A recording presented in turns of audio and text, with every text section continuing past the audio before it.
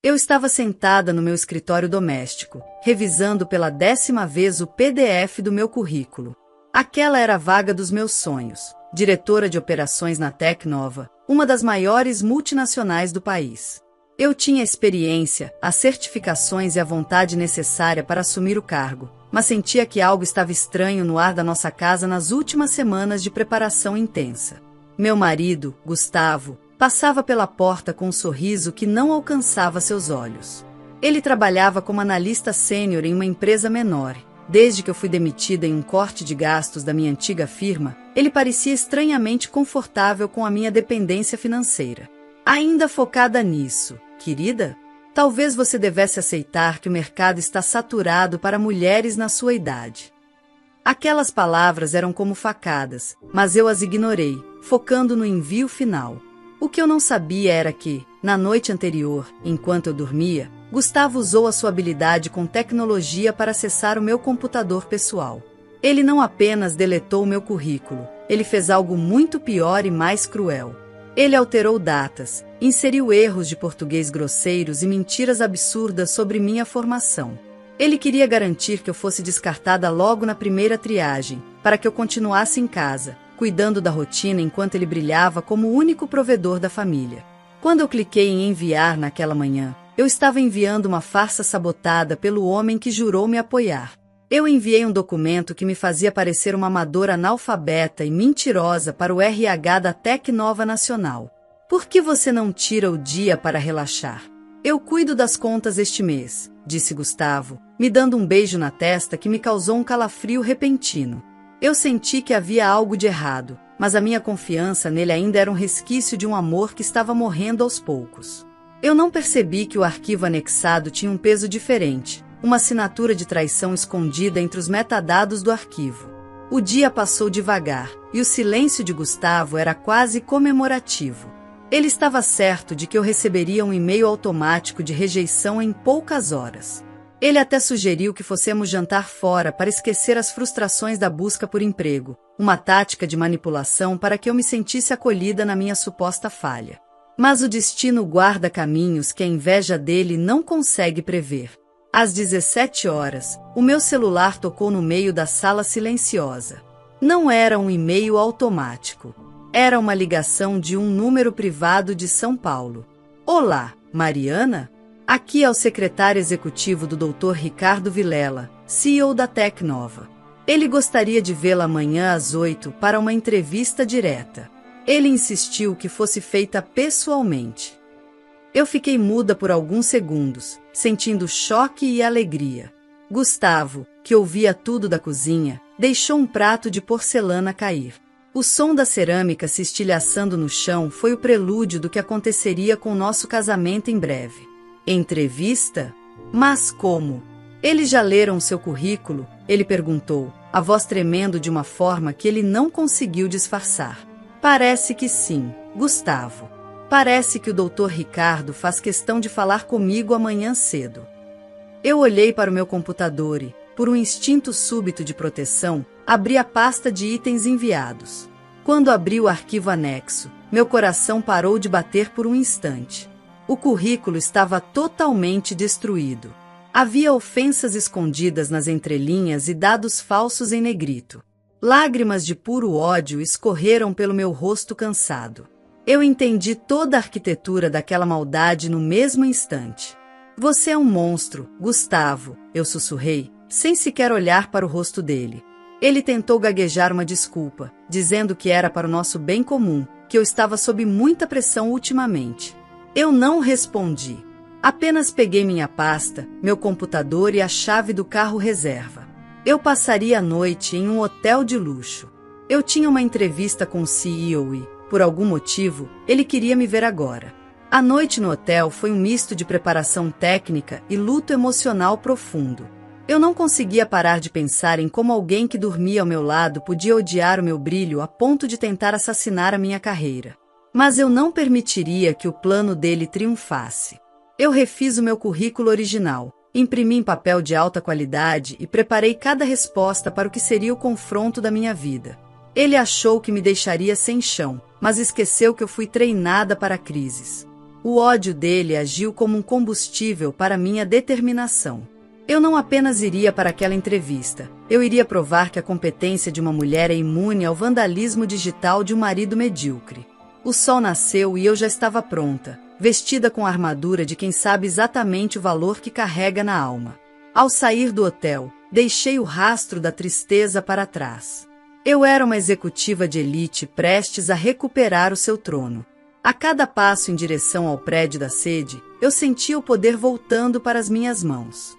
Gustavo tentou fechar uma porta, mas ele não sabia que eu já tinha a chave mestra da minha própria trajetória. O jogo estava apenas começando e eu pretendia ganhar cada rodada com maestria total. Entrei no edifício espelhado da Tecnova, sentindo o peso daquela manhã decisiva. Eu estava vestida com meu melhor terno azul marinho, a maquiagem escondendo a noite de choro e a fúria que ainda queimava no meu peito. Eu não sabia o que esperar.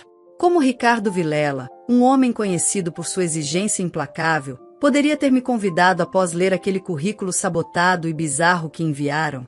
Fui conduzida por um corredor silencioso até a sala da presidência executiva.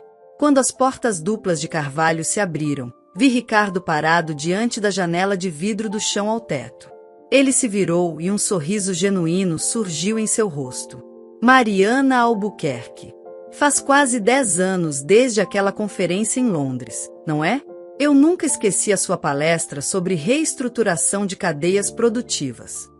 Eu congelei no lugar. Ricardo não era apenas o CEO, ele era o jovem executivo que eu havia ajudado com dados cruciais durante um seminário internacional quando ele ainda estava começando a carreira. Ricardo, eu não imaginei que você se lembraria de mim, eu disse, sentindo um nó na garganta. Ele riu e gesticulou para que eu me sentasse, enquanto abria uma pasta sobre a mesa com meu currículo impresso. Ele apontou para as rasuras e erros que Gustavo havia inserido com malícia. Quando vi este documento ontem, Mariana, eu ri de verdade. Eu ri porque conheço seu trabalho impecável. Eu li seus artigos, acompanhei sua gestão na empresa anterior. Eu sabia que a mulher que escreveu aquilo não era a Mariana que eu conhecia. Alguém tentou te destruir, não foi? Alguém muito próximo e com acesso ao seu computador. Eu baixei a cabeça por um momento, a vergonha lutando contra a gratidão imensa. Foi o meu marido, Ricardo. Ele não queria que eu voltasse ao mercado de trabalho. Ele sabotou cada linha para que eu parecesse uma incompetente, confessei, com a voz firme apesar da dor. Ricardo fechou a pasta com força, o olhar endurecendo. Pois ele cometeu o erro de subestimar a memória de quem realmente entende de talento. Ricardo se inclinou para a frente, ignorando o papel manchado sobre a mesa. Eu não preciso desse papel para te contratar.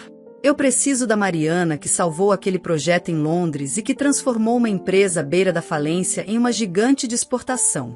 O cargo é seu, se você quiser. E se precisar de suporte jurídico para lidar com esse homem, a Tecnova tem os melhores advogados do país à disposição. A entrevista durou 2 horas, mas não foi sobre competências, foi sobre o futuro. Traçamos planos de expansão que me deixaram vibrando de entusiasmo renovado. Ao sair da sala, eu não era mais a esposa desempregada e sabotada. Eu era a nova diretora de operações da Tecnova. Eu caminhei até o estacionamento sentindo que o chão tinha voltado para baixo dos meus pés, pronta para o confronto final em casa. Gustavo estava na sala quando cheguei, fingindo ler um livro, a tensão emanando dele como fumaça tóxica. E então, o CEO percebeu que você não tem mais o perfil executivo, ele perguntou, tentando manter um tom de falsa preocupação paternal. Foque na cozinha, Gustavo, e deixe o raciocínio para quem tem um cérebro treinado para o sucesso, eu respondi, usando a mesma frase arrogante que ele me dizia. Ele empalideceu ao ver o meu crachá provisório de diretora sobre a mesa de centro. Como você conseguiu isso? Aquele currículo era um lixo, ele gritou, perdendo a máscara de vez. Eu consegui porque o Ricardo Vilela me conhece há 10 anos. E ele sabe que o lixo aqui é você, que precisa diminuir a própria esposa para se sentir um homem de verdade. Suas malas estão na varanda agora. Saia da minha casa hoje. O silêncio que se seguiu foi a confirmação da minha vitória absoluta sobre ele. Gustavo tentou se aproximar, talvez para ensaiar um pedido de desculpas, mas o meu olhar o deteve no meio do caminho. Eu não sentia mais mágoa, apenas um profundo desprezo por alguém tão medíocre. Ele achou que o currículo era minha única arma, esquecendo-se de que a minha rede de contatos e a minha história eram sólidas. Enquanto ele recolhia o pouco que restava da sua dignidade e saía pela porta, eu me senti finalmente livre. O plano dele, que deveria ter me enterrado, acabou me recolocando no topo da pirâmide corporativa. A sabotagem digital de Gustavo foi o último ato de um vilão de segunda categoria em uma história que agora pertencia totalmente a mim. O sucesso seria minha revanche mais doce e silenciosa. Os meses seguintes foram de uma intensidade transformadora em todos os sentidos. Assumir a diretoria da Tecnova não foi apenas um retorno ao mercado, foi a consolidação de tudo que eu estudei e construí em silêncio. Ricardo tornou-se um parceiro de negócios extraordinário, e a nossa sinergia levou as ações da empresa a patamares nunca vistos antes. Eu não tinha apenas um emprego, eu tinha propósito. Gustavo tentou me processar durante o divórcio, querendo metade dos meus bônus de contratação, alegando que ele manteve a casa enquanto eu buscava trabalho. Os advogados da Tecnova, conforme Ricardo prometera, entraram na causa com as provas da sabotagem digital que ele cometeu. O juiz não apenas negou seus pedidos, como condenou por danos morais e invasão de dispositivo eletrônico pessoal da ex-esposa. Ele acabou voltando para a cidade natal, morando de favor e trabalhando em subempregos, já que a notícia da sua tentativa de sabotagem profissional se espalhou pelo setor de tecnologia. Ninguém queria contratar um homem que usava seu conhecimento técnico para destruir a carreira da própria companheira. A justiça tarda, mas no mundo executivo, a reputação é uma moeda que não aceita falsificação. Eu mudei para uma cobertura próxima ao escritório, onde a vista do pôr do sol me lembrava diariamente que o horizonte é totalmente livre para quem ousa voar alto. Minha vida não tinha mais o peso das críticas veladas e das sabotagens noturnas. Eu aprendi a confiar no meu instinto e, acima de tudo, a reconhecer que o apoio verdadeiro não vem de quem teme o seu crescimento, mas de quem se sente inspirado. Recentemente, palestrei na mesma conferência em Londres onde conheci Ricardo há uma década. Desta vez, eu era a palestrante principal, convidada para falar sobre resiliência e liderança feminina em tempos de crise. Na plateia, Ricardo aplaudiu de pé com um orgulho visível. Eu contei a história do currículo sabotado, omitindo nomes, mas focando na lição: o seu valor não está no papel que alguém rasga hoje. A Tecnova cresceu 30% sob a minha gestão no primeiro ano de trabalho. Eu criei um programa de mentoria para mulheres que retornavam ao mercado após períodos de pausa, garantindo que elas tivessem o suporte técnico e emocional que eu quase perdi. Eu transformei a minha dor em uma política corporativa de real acolhimento. A sabotagem de Gustavo acabou gerando frutos positivos para outras. Hoje, quando olho para aquele PDF original do currículo sabotado, que guardo em uma pasta protegida, eu sinto uma gratidão estranha. Se Gustavo não tivesse tentado me derrubar daquela forma tão baixa, talvez eu tivesse aceitado um cargo menor por falta de confiança. O ódio dele me jogou nos braços da oportunidade da minha vida e me apresentou ao meu maior aliado profissional de toda a minha longa jornada. O divórcio foi finalizado e eu recuperei o meu sobrenome de solteira, que agora está estampado em capas de revistas de negócios influentes. Eu sou Mariana Albuquerque, a mulher que não pode ser apagada por um código malicioso ou por um marido com ego frágil. Minha vida é uma sucessão de vitórias que eu saboreio com a calma de quem sabe que o topo é o único lugar onde eu realmente pertenço agora. Aprendi que o sucesso é o melhor tipo de revanche, embora eu não viva para me vingar de ninguém. Eu vivo para construir impérios. Gustavo é apenas uma sombra num passado distante, um erro de cálculo que eu já corrigi nos meus livros contábeis emocionais. A estrada à frente é longa e cheia de desafios, mas eu tenho controle total do volante e não há ninguém tentando puxar o freio de mão às escondidas. Ao final de cada expediente, olho para o meu reflexo no vidro da diretoria e vejo uma mulher completa. A sabotagem foi o fogo que forjou o meu aço. Hoje, sou mais forte, mais sábia e muito mais rica em todos os sentidos possíveis.